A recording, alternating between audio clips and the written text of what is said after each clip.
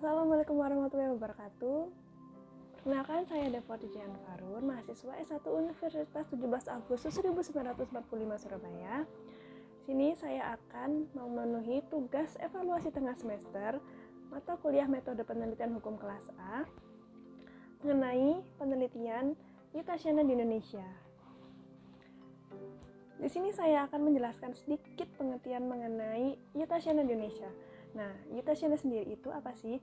Yuta-Shana itu adalah suatu cara yang digunakan untuk mengakhiri kehidupan seseorang atau pencabutan nyawa seseorang maupun hewan yang digunakan dengan bertujuan agar tidak menimbulkan rasa sakit sama sekali atau bahkan meminimalisir rasa sakit yang akan dirasakan oleh penderita penyakit tersebut dengan cara memberikan suntikan yang sangat mematikan.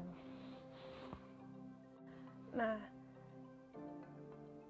Yuta-Shana sendiri di Indonesia masih banyak menimbulkan pro dan kontra untuk diterapkan di Indonesia. Mengapa? Yuta-Shana sendiri dianggap sebagai salah satu tindakan bentuk kejahatan yang telah diatur dalam KUHP serta dianggap telah melanggar hak asasi manusia. Nah, selanjutnya terdapat kasus dalam upaya untuk pengajuan permohonan Yuta-Shana di Indonesia sendiri itu telah terjadi.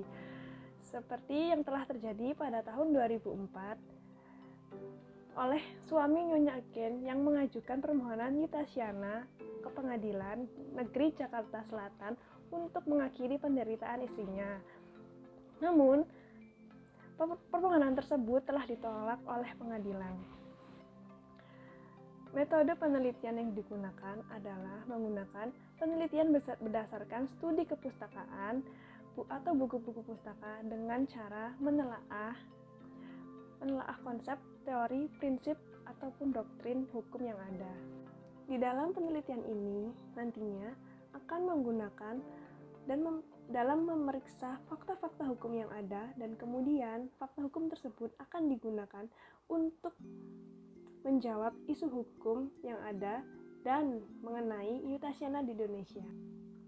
Dalam penelitian hukum normatif ini, teknik yang digunakan untuk mengumpulkan data adalah dilakukan dengan studi pustaka terhadap bahan-bahan hukum sekunder dan bahan hukum tersier.